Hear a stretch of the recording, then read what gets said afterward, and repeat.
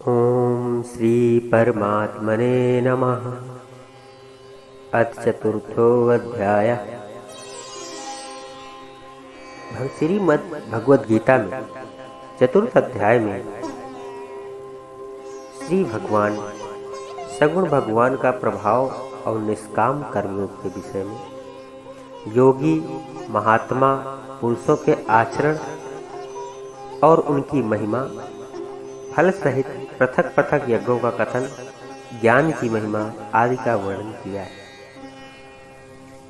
श्री भगवान बोले, हे अर्जुन, मैंने इस अविनाशी योग को सूर्य से कहा था। सूर्य ने अपने पुत्र वैवस्वत से मनु से कहा और मनु ने अपने पुत्र राजा इक्ष्वाकु से कहा। हे परम तप अर्जुन, इस प्रकार परंपरा से प्राप्त इस योग को राजर्षियों ने जाना, किंतु उसके बाद वह योग बहुत काल से इस पृथ्वी में लुप्त प्राय हो गया।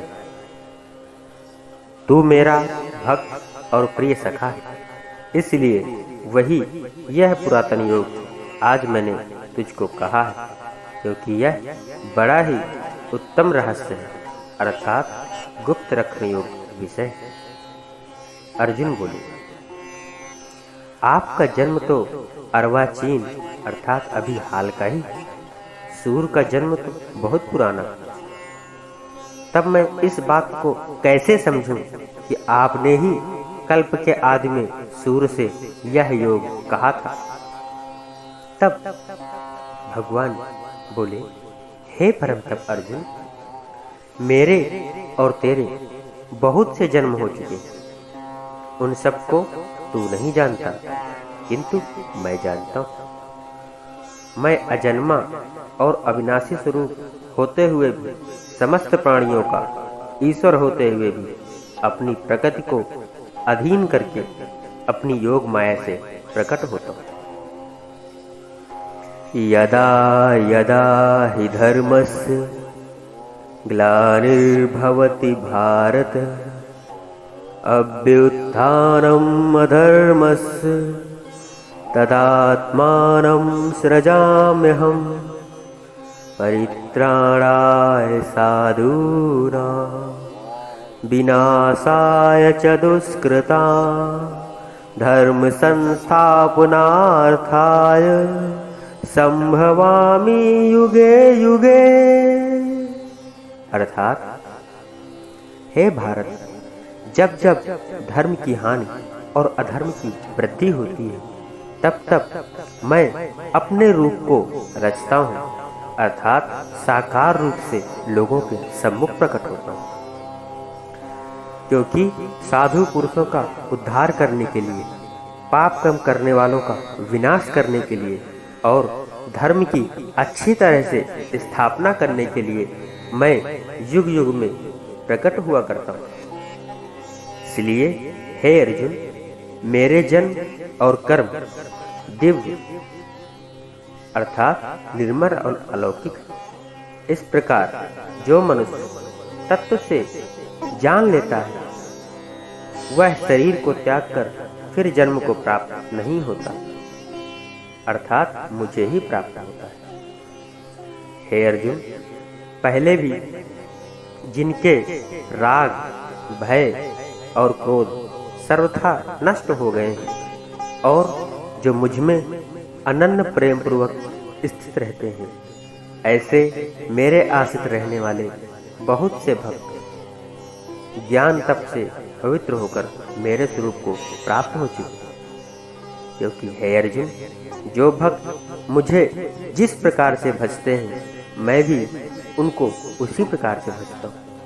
क्योंकि सभी मनुष्य सब प्रकार से मेरे ही मार्ग का अनुसरण करते हैं।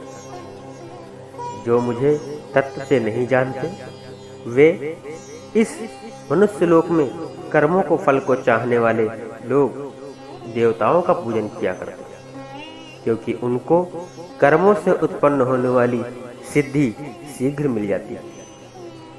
तथा हे अर्जुन, ब्राह्मण, क्षत्रिय, वैश्य और शूद्र, इन 4 वर्णों का समूह गुण और कर्मों के विभाग पूर्वक मेरे द्वारा रचा गया है। इस प्रकार उस सृष्टि रचनादि कर्म का कर्ता होने पर भी मुझ अविनाशी परमेश्वर को तू वास्तव में अकर्ता ही जान, क्योंकि कर्मों के फल में मेरी स्पृहा नहीं, इसलिए मुझे कर्म लिप्त नहीं करते। इस प्रकार जो मुझे तत्व से जान लेता है वह भी कर्मों से नहीं बचता।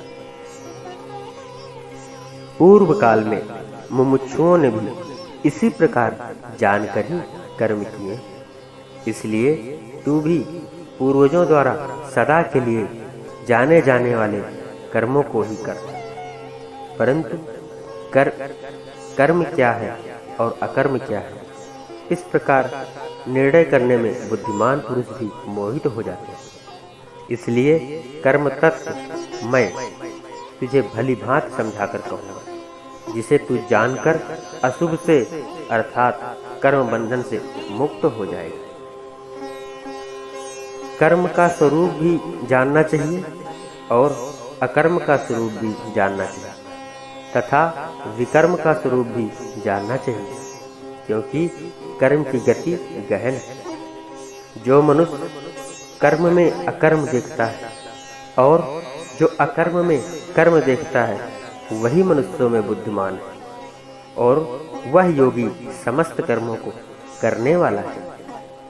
और हे अर्जुन, जिसके संपूर्ण शास्त्र सम्मत कर्म बिना कामना और संकल्प के होते हैं तथा जिनके समस्त कर्म ज्ञान रूपी अग्नि द्वारा भस्म हो गए हैं, उस महापुरुष को ज्ञानी जन भी पंडित कहते हैं।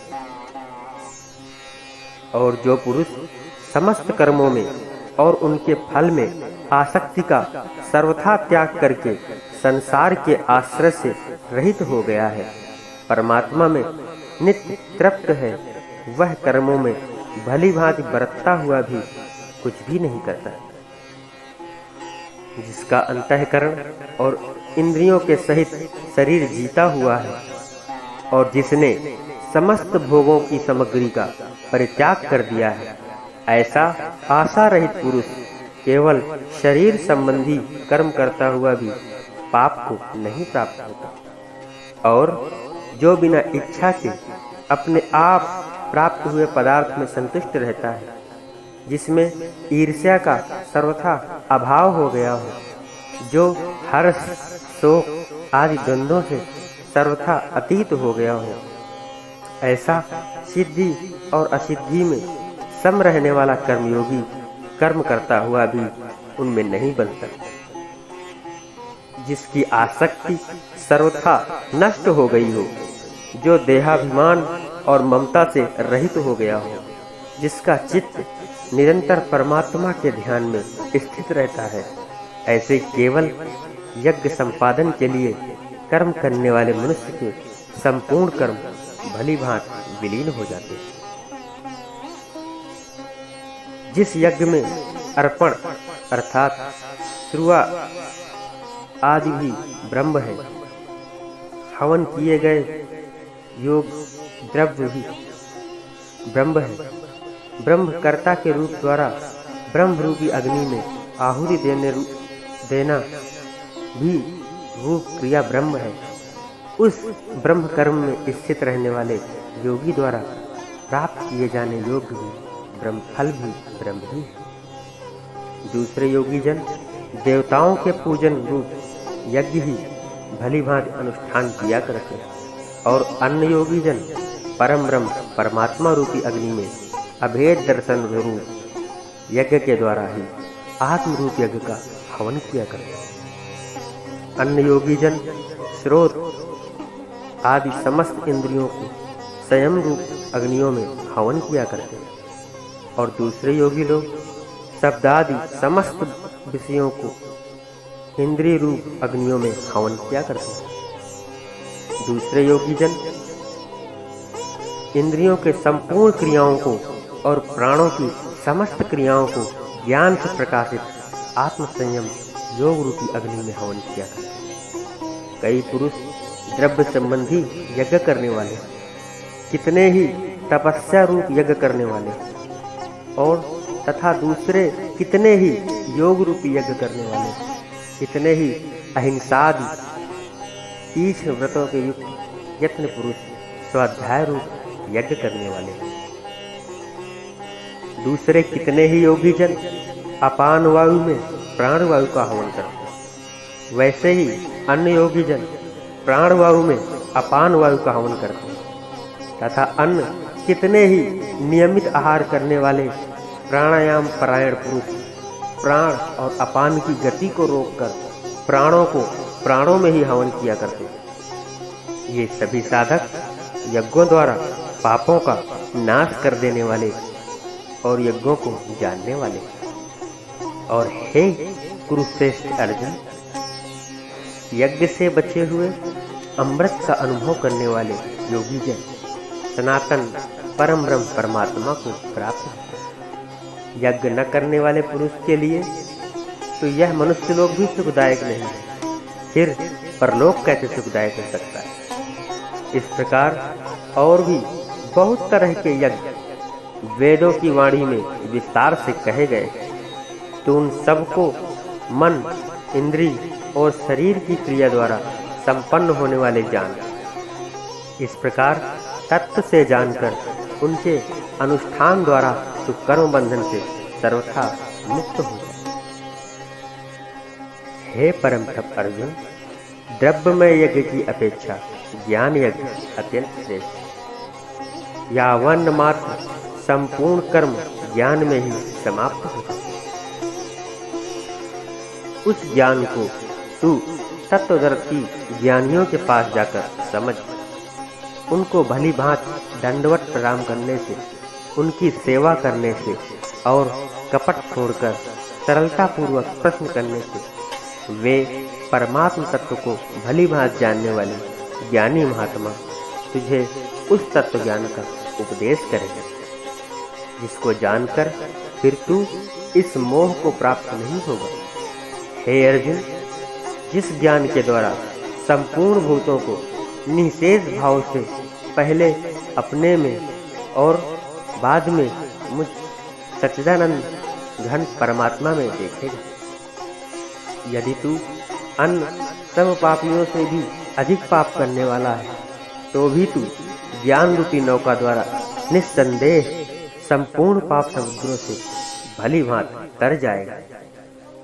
हे अर्जुन, जैसे प्रज्वलित अग्नि ईंधन को भस्म में कर देता है, वैसे ही ज्ञान रूपी अग्नि संपूर्ण कर्मों को भस्म में कर देता है। इसलिए इस संसार में ज्ञान के समान पवित्र कर देने वाला निस्संदेह कुछ भी नहीं। उस ज्ञान को कितने ही काल से कर्मयोग के द्वारा शुद्धांतःकरण हुआ मनुष्य अपने आप ही आत्मा में पा लेता है। और हे अर्जुन, जितेंद्रिय साधन परायण और श्रद्धावान मनुष्य ज्ञान को प्राप्त होता है तथा ज्ञान को प्राप्त होकर वह बिना विलंब के ही तत्काल ही भगवत प्राप्त रूप परम शांति को प्राप्त हो जाता है। और हे अर्जुन, विवेकहीन और श्रद्धा रहित संशययुक्त मनुष्य परमार्थ से अवश्य भ्रष्ट हो जाता है। ऐसे संशययुक्त मनुष्य के लिए ना तो यह लोक है, ना परलोक है, और ना सुख ही है। और हे धनंजय, जिसने कर्म योग की विधि से समस्त कर्मों का परमात्मा में अर्पण कर दिया है और जिसने विवेक के द्वारा समस्त संशयों का नाश कर दिया है, ऐसे वश में किए हुए अंतःकरण वाले पुरुष को कर्म नहीं बांधते। इसलिए हे भरतवंशी अर्जुन, हृदय में स्थित अज्ञान जनित अपने संशय का विवेक ज्ञान रूपी तलवार द्वारा छेदन करके समत्व रूप कर्म योग में स्थित हो जा और युद्ध के लिए खड़ा हो जा। इस प्रकार चौथा अध्याय श्रीमद् भगवद गीता का संपन्न हुआ। ओम श्री परमात्मने नमः।